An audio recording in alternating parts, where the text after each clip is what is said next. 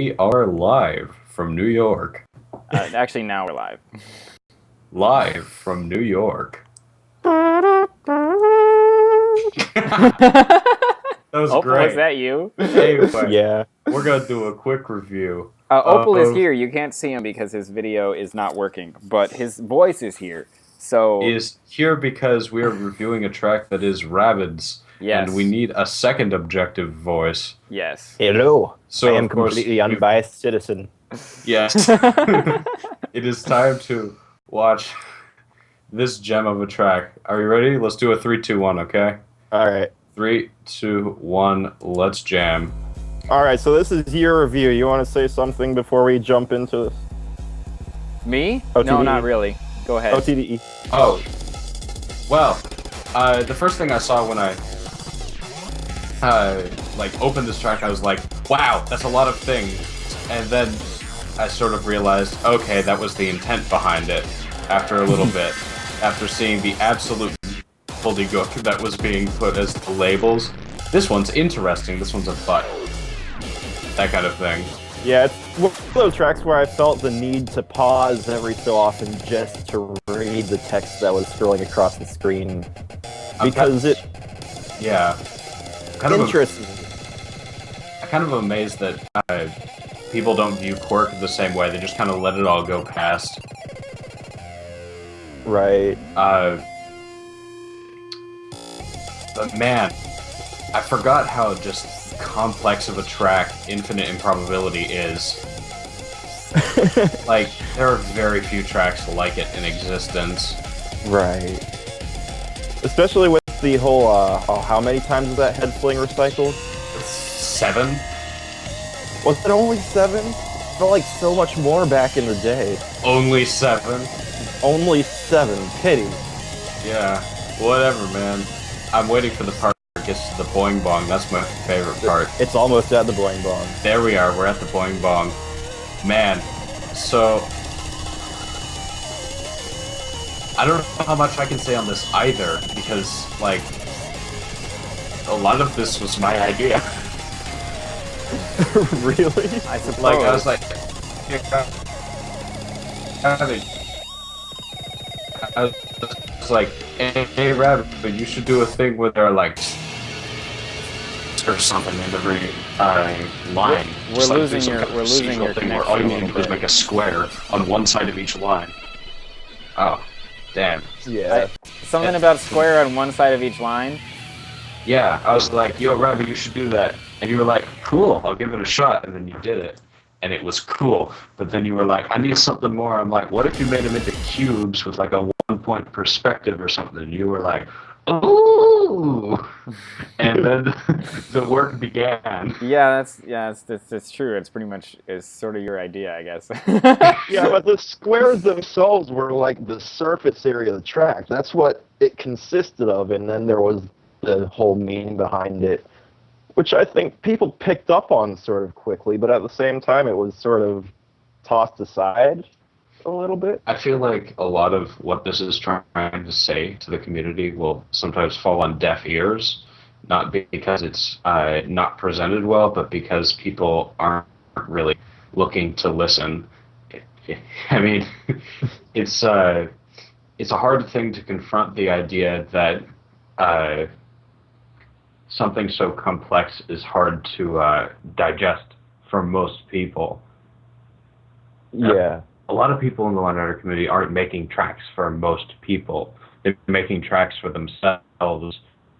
And the fact that it happens to appeal to some people is just a giant, glorious string of luck. Well, I mean, it appeals to the rest of the Line Rider community, and I think it might be less themselves and more that they're playing to impress the rest of the community so that they get features and nominations and all these other things that really mean nothing in the long run.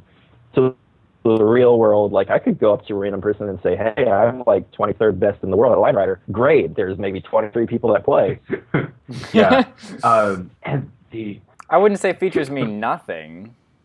Features, well, I mean, given how many tracks are featured these days, can you really blame people for being a little bit nihilistic about features? Yeah. the amount of things we vote in.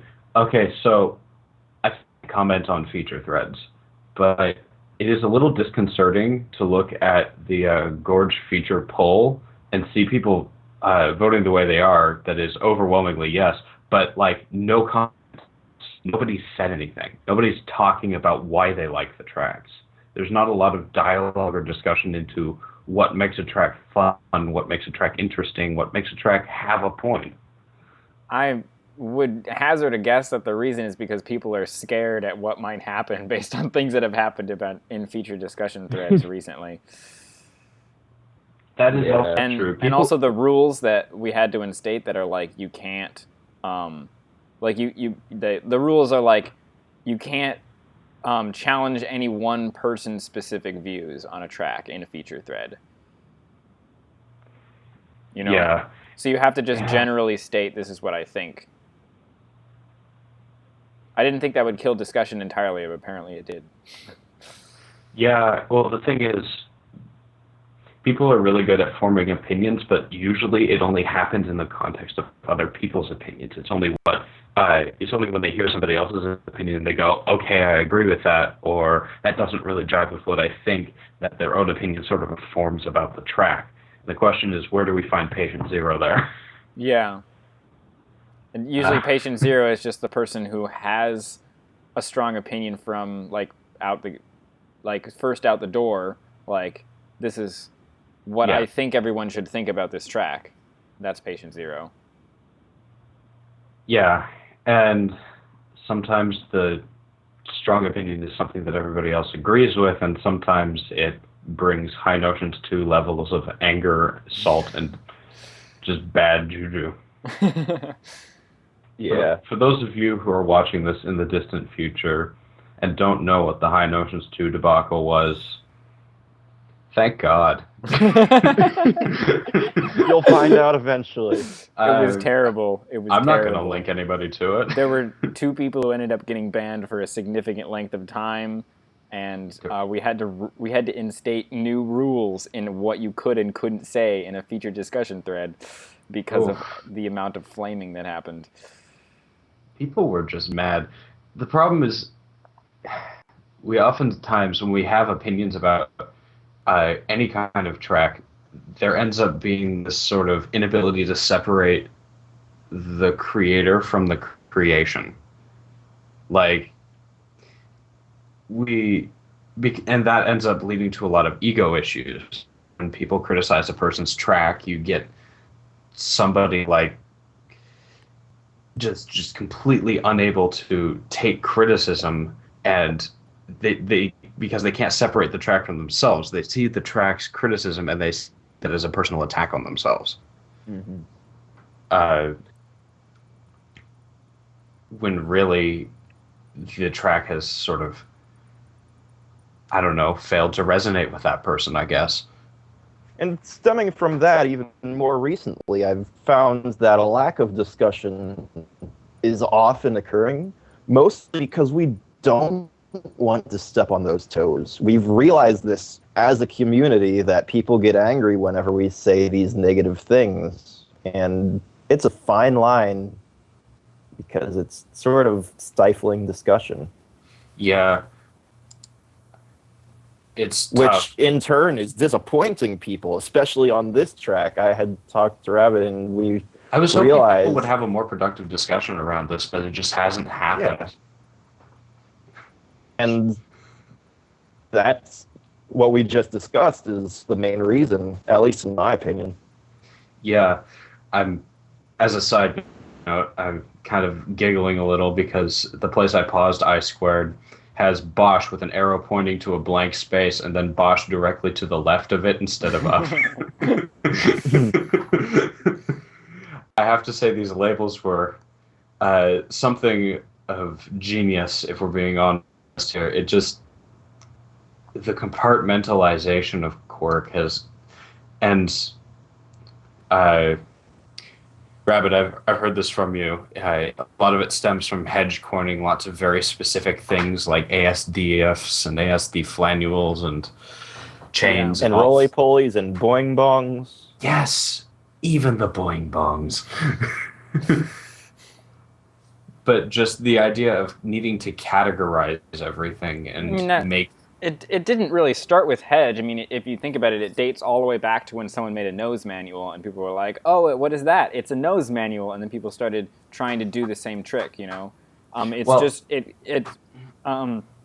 It's just reached absurd proportions, in my opinion. Yeah, the question is how far it's too far. Yeah. And the skater culture has the same thing. Every trick has a name. There's no question there, but really, do we need that sort of thing as a line rider community? I mean, at a certain point, everything becomes sort of variations on a theme. It's certain wells affecting certain points at certain iterations of frames. The problem is we kind of turned it into this exotic idea of like these new ones are like objectively better than the other ones because they were weird and new, and because the other stuff doesn't have the same novelty. The value judgment we place on tricks comes through how hard they are to make or how new they are, and that's a ticking time bomb, because eventually you're going to run out of combinations that are neat and interesting, and you're going to just be left with a bunch of tricks that you find relatively the same. And if you don't find a way to apply those tricks well, what do you do? More stacks. Clearly, that's the answer. Absolutely, no doubt. All right, more stacks. Right, we can wrap this up. More stacks is the answer. Well, it makes me happy to hear you say that while watching this track, because that was pretty much what I was going for. So yay! But it conveyed it better than any exaggerated quirk could have done. Because it takes a quirk that isn't like technically the hardest thing on the planet, and it just adds this density and this constancy to it that is just mind-numbing, in the sense that like Flynn Quirk is hello. Oh, I know, totally, right? Yes, this is my roommate. I'm his Hi, roommate. I'm the fun one. Numbing. Yes. It's not a word I've used in describing this track, but I like it. Yeah. Like, it's a cool effect, but you only really get to see how totally cool it is once it zooms out. When you see it from the center, it's just a lot of noise. Oh, yeah, no, it's the worst. Thank you for agreeing with me. Can he hear us or no? No problem. He can hear him, but not us. What are we talking about? That's what I figured. This thing. Oh. I think this track is surprisingly, well, not surprisingly, like you planned this out very clearly. This is easily one of the most pointed scenery tracks I've ever seen. But it's not pointed, it's a bunch of lines. Stop it. Can you make him stop? Seriously, stop. Okay, we're good. But yeah, this track does something that I've never seen another scenery track do. And so... Opal, do you have anything to add to ODD's long rambling thoughts here? I'm just sort of listening right now. Because that's what I'm supposed to be doing. You're supposed to be talking to him, because I mean, I can be like, yes, I agree to everything, but I just feel stupid doing that. So. Yeah. Well, on one hand, it's like, yeah, it's a great concept and all. What I'm wondering now is, why didn't it come across in the way that we had hoped it would to the community? Really, I guess it was the way that I hoped it would. It didn't develop the manifesto until partway through making them cubes. Yeah. The question I find myself asking is the community ready to have this conversation? And given the sort of lukewarm, tepid response the track unfortunately got from almost everyone except like me and a few other people, I don't know that we are. I think we can be ready. I'm not certain if a track thread itself is the place for it. Mostly because we do have that stigma of, oh, I don't want to step on anyone's toes. Right. This is a creative judgment. And that's where part of the problem came from. Because whenever you're trying to be careful with what, end up being very lukewarm about it. Mm-hmm. That's interesting. I think to sum up, there is currently no other track like this. I can agree to that. I can't think of any track that has the message that this does, has the technique that it does, and has the presentation that it does anywhere else. Sweet. So, it's an utterly unique track, and I have a hard time imagining we'll see anything like it ever again. Well, yeah, could you imagine if they did? They'd be like, you're copying off of I squared. Well, I mean, I hope to see some kind of similar methodical scenery.